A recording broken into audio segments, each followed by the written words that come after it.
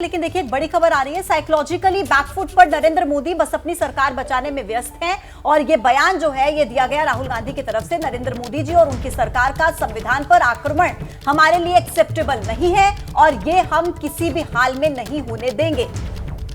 और देखिए इंडिया का मजबूत विपक्ष अपना दबाव जारी रखेगा। राहुल ने कहा लोगों की आवाज उठाएगा और प्रधानमंत्री को बिना जवाबदेही बचकर निकलने विपक्ष नहीं देगा। तो ये बात कहते हुए राहुल गांधी नजर आए। उन्होंने कहा कि इंडिया का मजबूत विपक्ष दबाव बनाए रखेगा और जवाबदेही से बचकर निकलने नहीं देंगे सरकार को। जैनेंद्र, 10 साल के बाद एक स्ट्रॉन्ग पोजीशन में आया विपक्ष जिस तरीके से अब घेरने की कोशिश कर रहा है सरकार को, और चुनाव के समय भी हमने देखा संविधान का मुद्दा उठाया और अभी भी ये बातें कहते हुए राहुल गांधी नजर आ रहे हैं। लेकिन सरकार ने भी तो कोई रणनीति बनाई होगी, किस तरीके से बचाव करेगी सरकार अपना?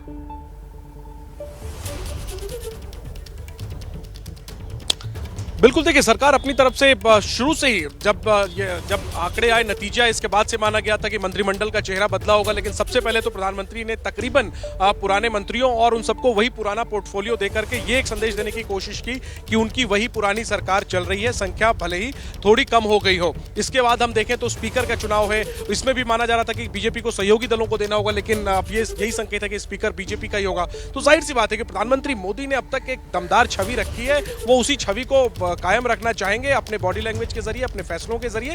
लेकिन नंबर गेम सबके सामने, ये सरकार टीडीपी और जेडीयू के समर्थन पर टिकी हुई है। विपक्ष अपनी तरफ से पूरी कोशिश करेगा कि सरकार का इकबाल जो है वो कमजोर हो और सरकार को दोनों मोर्चों पे घेरने की कोशिश है। तो संविधान वाला मोर्चा, देखिए प्रधानमंत्री इमरजेंसी की बात करते हैं वो अतीत की बात है, लेकिन राहुल गांधी जब संविधान की बात करते हैं वो आज की बात कर रहे हैं। तो जाहिर सी बात है सरकार जो है वो संविधान के मोर्चे पर बीजेपी जवाब नहीं दे पाई चुनाव में, नतीजा सबके सामने है। यही वजह है कि वो नैरेटिव विपक्ष छोड़ना नहीं चाहता। और इसके बाद जिस तरीके से रेल हादसा हुआ है सरकार बनने के बाद, नीट परीक्षा को लेकर आरोप लगे हैं, कई परीक्षाएं रद्द हुई हैं, इसके बाद सरकार मुद्दों पर भी घिरी हुई है। और यही वजह है कि संसद के पहले दिन ही विपक्ष ने अपने तेवर साफ कर दिए हैं कि वो सरकार पर दबाव बनाए रखेगी। लेकिन देखना यही दिलचस्प होगा कि सरकार कैसे कम संख्या बल होने के बावजूद एक मजबूत सरकार का संदेश देने की कोशिश करती है, क्योंकि विपक्ष की तो पूरी कोशिश रहेगी कि सरकार को कमजोर बताया जाए और आने वाले दिनों में सरकार को अपदस्थ करने की भी कोशिश की जाए। जी, विपक्ष की पूरी कोशिश ये होगी ज्ञानेंद्र, आप एकदम ठीक कह रहे हैं, विपक्ष की पूरी कोशिश ये होगी कि सरकार को कमजोर फील करवाया जाए, दबाव बढ़ाया जाए। लेकिन सरकार की कोशिश ये होगी कि कमजोर हमको सदन के भीतर दिखना नहीं है।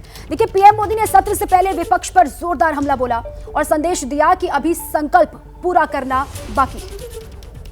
हमारा ये सदन वो एक संकल्प का सदन बने। हमारी 18वीं लोकसभा संकल्पों से भरी हुई हो ताकि सामान्य मानवीय के सपने साकार हो। जब देश की जनता ने तीसरे कार्यकाल के लिए भी एक सरकार को पसंद किया है, मतलब उसकी नीयत पर मोहर लगाई है, उसकी नीतियों पर मोहर लगाई है, जनता जनार्दन के प्रति उसके समर्पण भाव को मोहर लगाई है। मैं देशवासियों को आज विश्वास दिलाता हूं कि हमारे तीसरे कार्यकाल में हम पहले से 3 गुना ज्यादा मेहनत करेंगे। हम परिणामों को भी 3 गुना ला करके रहेंगे और इस संकल्प के साथ हम इस नए कार्यभार को लेकर के आगे चल रहे हैं। देश के सामान्य नागरिकों की विपक्ष के नाते उनकी भूमिका की अपेक्षा करता है, लोकतंत्र की गरिमा को बनाए रखने की अपेक्षा करता है। मैं आशा करता हूं कि विपक्ष उसमें खरा उतरेगा। लोग सब्सटेंस चाहते हैं, स्लोगन नहीं चाहते हैं। तो प्रधानमंत्री मोदी ने किन किन बातों का जिक्र किया वो आपने सुना। अंकित हमारे साथ लगातार बने हुए, आइए उन्हीं का एक बार फिर से रुक करें। अंकित, देखिए जो पीएम मोदी ने बातें कही हैं उससे ये पूरा सत्र किस दिशा में आगे बढ़ेगा वो पूरी दिशा तय होती हुई नजर आ रही है पीएम मोदी की बातों से।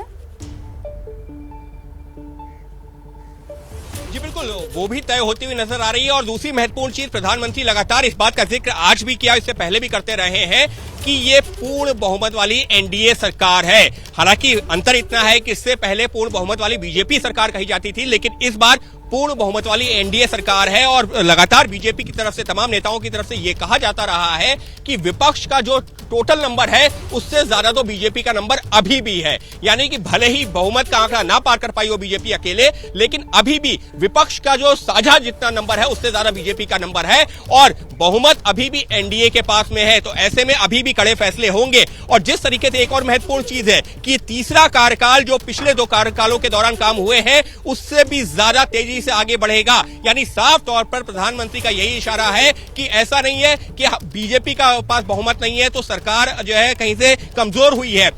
सरकार उतनी ही मजबूत है और उसी तरीके से आगे बढ़ेगी जैसे कि पिछले 2 कार्यकाल के दौरान बड़े फैसले लेती रही है। और इस कार्यकाल में भी भले ही एनडीए की सरकार है लेकिन फैसले वैसे ही मजबूती से लिए जाते रहेंगे। यही दावा प्रधानमंत्री नरेंद्र मोदी करते हुए नजर आए अपने संबोधन में। लौटूंगी आपके पास।